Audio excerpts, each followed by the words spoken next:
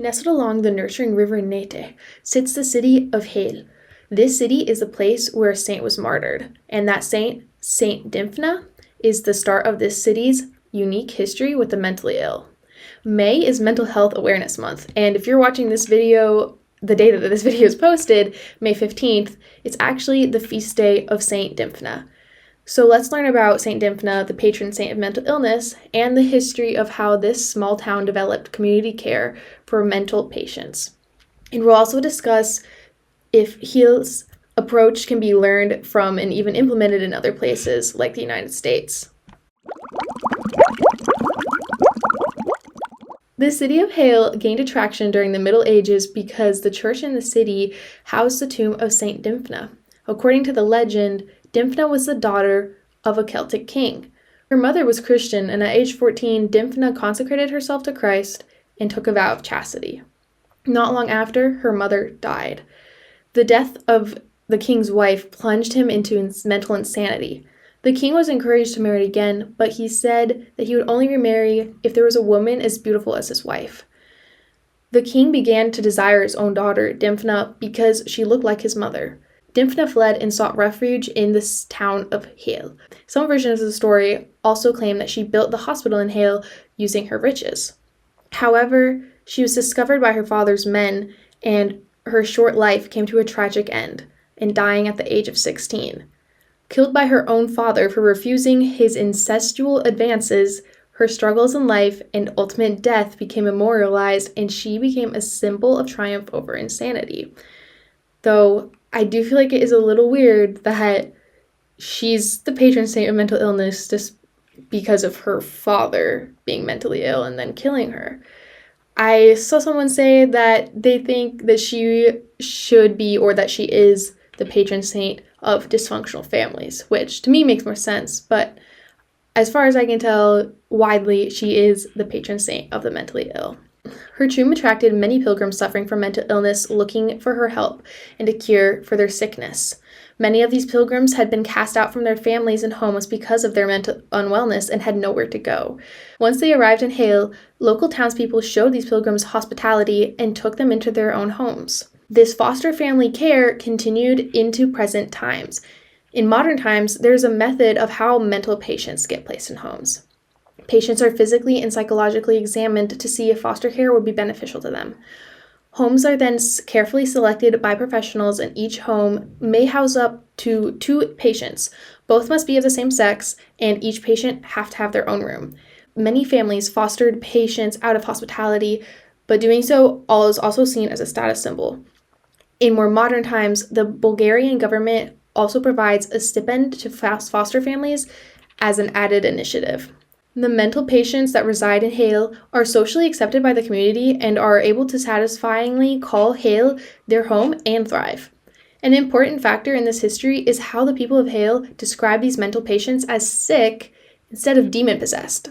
This influenced how the townspeople viewed these people with mental illness, and in turn influenced how they treated them. Geel does not have a problem with frequent or extraordinarily violent acts from these foster patients. They are given very little reason to act out because of the nature of the loving and accepting environment. Besides being a status symbol, fostering was often simply beneficial for both the foster family and the foster patient in a sort of like symbiotic relationship. The family got free labor along with higher social status, while the boarder got living provisions and could participate in society as an accepted member of the community. I think to many people it's pretty clear that while this sounds like a nice system, there's potential for abuse. If you were thinking that, unfortunately, you would be right. Historian of psychiatry Mike J. says that in his study of Geel, he found stories of abuse towards the patients, such as being chained or restrained. Today, foster families are vetted and care is supported by psychologists, psychiatrists, and nurses to help create a healthier environment for those being fostered than there was historically. Obviously, Geel's method is not the standard treatment for adult mental patients that can't live on their own. In not so distant history, institutionalization was much more common. But there are major problems that come with institutionalizing mental patients, as I'm sure many people watching this video already know. There's high death rates, little long-term progress, and detrimental social isolation. So in more recent years, outpatient care has been the preferred method of treatment. But can there still be something to learn from other kinds of alternatives to institutionalization, such as Seen and Heal? Well, first, let's look at the research that was done back when psychologists were looking for alternatives to institutionalization. So after seeing the success of Heal's treatment of the mentally ill, the next inquiry was whether this kind of system ever was able to be implemented in places such as the United States. This question was explored notably in Massachusetts in 1885. During the Massachusetts experiment, select mental patients were put under state care and put into the care of foster families. During this experiment, it was found that patients fared better in the Heal-based care than in institutionalization, and the treatment was also cheaper. There was a fear of patients suffering abuse from the hands of the foster families, but according to a detailed account of the experiment by Henry R. Stedman, claims he witnessed no abuse in the homes, but instead care and consideration from the families. It was noted by Herman Ostrander that when given the choice, patients much preferred to stay with the foster families rather than return to the asylums, which to me makes a lot of sense. The Massachusetts experiment went on for 20 years, and the only major hiccups were some administrative changes and lack of support from officials. No violence was ever reported, relapse rates were low, and almost $250,000 were saved. After the research was published, foster family care was implemented in other hospitals in the United States. Foster care for the mentally ill continued to receive backlash and criticism, but the report seemed to show significant benefits and success. But as I mentioned, besides this Heal-based alternative, deinstitutionalization was already taking place in the United States. So eventually, any need for Heal-based care was replaced with other kinds of outpatient care as seen today. So is it true that this Heal-based approach is not needed anymore? Though mental health care is mainly outpatient care, there are still aspects of Heal's approach to mental health treatment that should be pursued. Community support is an essential factor for those with mental illness to seek and succeed in treatment and function in society. You see this community support in a system like Heal. Unfortunately, because of American society and its individualistic ideals, many mental health patients not only find themselves alone without support, but sometimes even shunned or looked down on by their community. Many homeless people in America are homeless because of their mental illness and that they don't have the support that they need. In order to better care for those struggling with mental illness, society must put more value on community and caring for others for the better of society and not individual gain.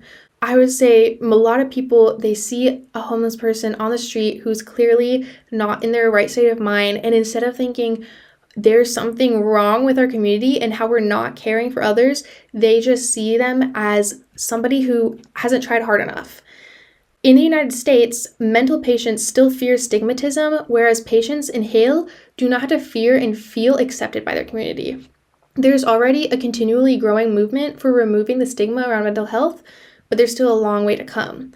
Words like schizo, anorexic, and narcissist, used as insults and in derogatory ways, can still be commonly heard in American schools and workplaces.